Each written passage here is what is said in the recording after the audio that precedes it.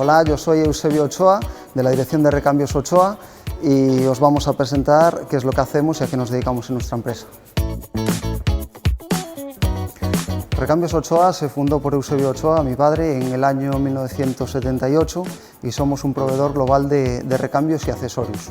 Nuestro origen está en el taller de reparación, por eso decimos que conocemos el taller como nadie, y somos un proveedor global que nos dedicamos a vender recambios y accesorios del automóvil.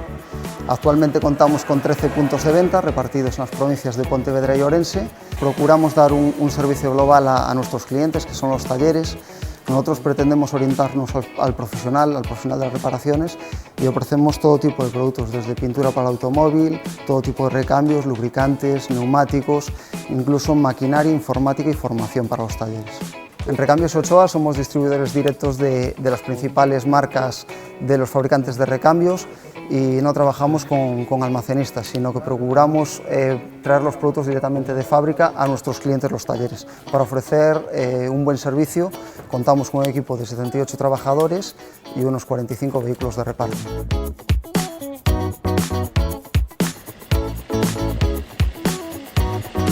Recambios Ochoa pertenece al grupo de distribución Serca Automoción, que es un grupo internacional de distribución que tiene presencia ya no solo en toda España, Portugal y Francia, sino que en el resto de Europa y Medio Oriente.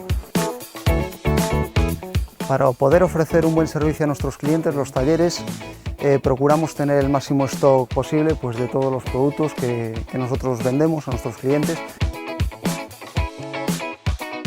Bueno, hasta aquí nuestro recorrido por la tienda de Recambios Ochoa en el polígono de Cambados, y esperamos verles pronto en nuestra nueva tienda que abriremos próximamente en Villagarcía, también en la comarca del Salnés.